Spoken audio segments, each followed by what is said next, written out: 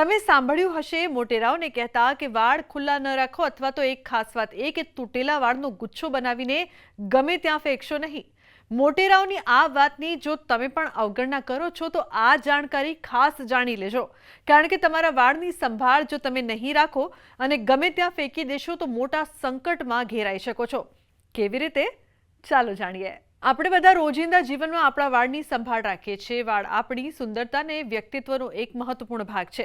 પરંતુ શું તમે ક્યારે વિચાર્યું છે કે વાળ કાંસકો કરતી વખતે ખરી જાય છે તે આપણા જીવનમાં ઉર્જા અને નસીબને પણ અસર કરી શકે છે. આપણે ઘણીવાર વાળ ખરવાની અવગણના કરીએ છીએ અને તેને ફેંકી દઈએ છીએ, તેને ધૂળમાં અથવા કોઈના પગ નીચે છોડી દઈએ છીએ.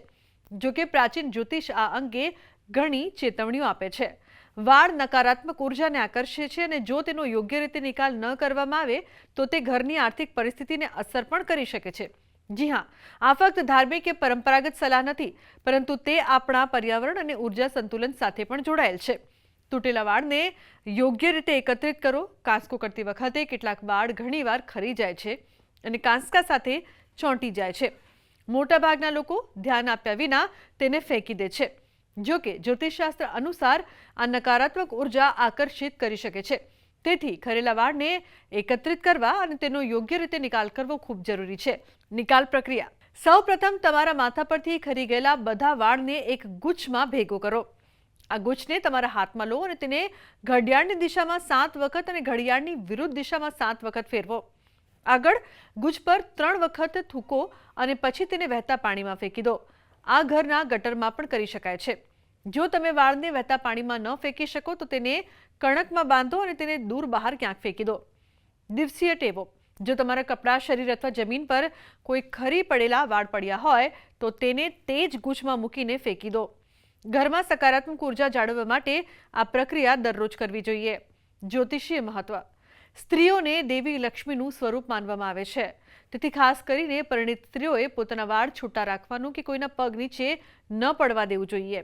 આનાથી ઘરમાં આર્થિક મુશ્કેલી અને સંપત્તિનું નુકસાન થઈ શકે છે. ધ્યાનમાં રાખવાના મુદ્દાઓ: વાળ ક્યાંય વિખેરાયેલા ન છોડો.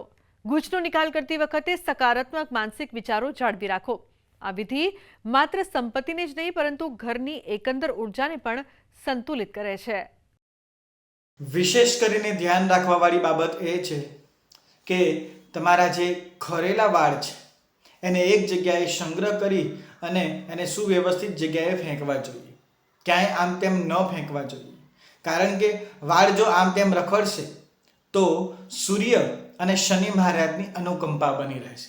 કારણ કે સૂર્ય મહારાજની જો કૃપા હોય તો અવશ્ય તમારો ફેસ ઉપર ચમક અને તમારા વાળ ચમકદાર બને છે. અને જો શનિની કૃપા હોય તો તમારા વાળ લાંબા સમય સુધી કૃષ્ણવર્ણ અને લાંબા સમય સુધી શ્રેષ્ઠ વાળની પ્રાપ્તિ થાય છે. તો તમારો જે વાળ છે, કેશને વિશેષ કરીને એક જગ્યાએ સંગ્રહ કરવો જોઈએ અને એક જગ્યાએ સંગ્રહ કર્યા પછી એને સુવ્યવસ્થિત કચરાની ડોલમાં કે ત્યાં આગળ ફેંકવો જોઈએ. વાળ થકી જ પિતૃદોષ પણ બને છે અને વાળ થકી જ આપણા જીવનમાં આરોગ્ય થકી પ્રોબ્લેમ પણ આવે છે. માટે વિશેષ કરીને ધ્યાન રાખવાથી સૂર્ય અને શનિ બંને ગ્રહોની કૃપા પ્રાપ્ત થાય છે. તો આજના અમારા આ અહેવાલમાં બસ આટલું. ફરી મળીશું એક નવી અને મહત્વપૂર્ણ જાણકારીની સાથે. પરંતુ વાળને લગતી આ ખૂબ જ મહત્વની જાણકારી કે તમારા વાળ આમ તેમ ફેંકવાથી તમને શું નુકસાન થઈ શકે છે અને તમારી ઉર્જા સાથે આ વાળ કઈ રીતે જોડાયેલા છે, આ મહત્વપૂર્ણ જાણકારી બીજા લોકો સુધી પણ ખાસ પહોંચવી જોઈએ. તેના માટે આ વિડીયોને ખૂબ લાઈક કરો અને વધુમાં વધુ શેર કરો, જેથી આ મહત્વપૂર્ણ જાણકારી બીજા લોકો સુધી પણ પહોંચે અને તે પણ પોતાનું નુકસાન થતાં અટકાવી શકે. નમસ્કાર.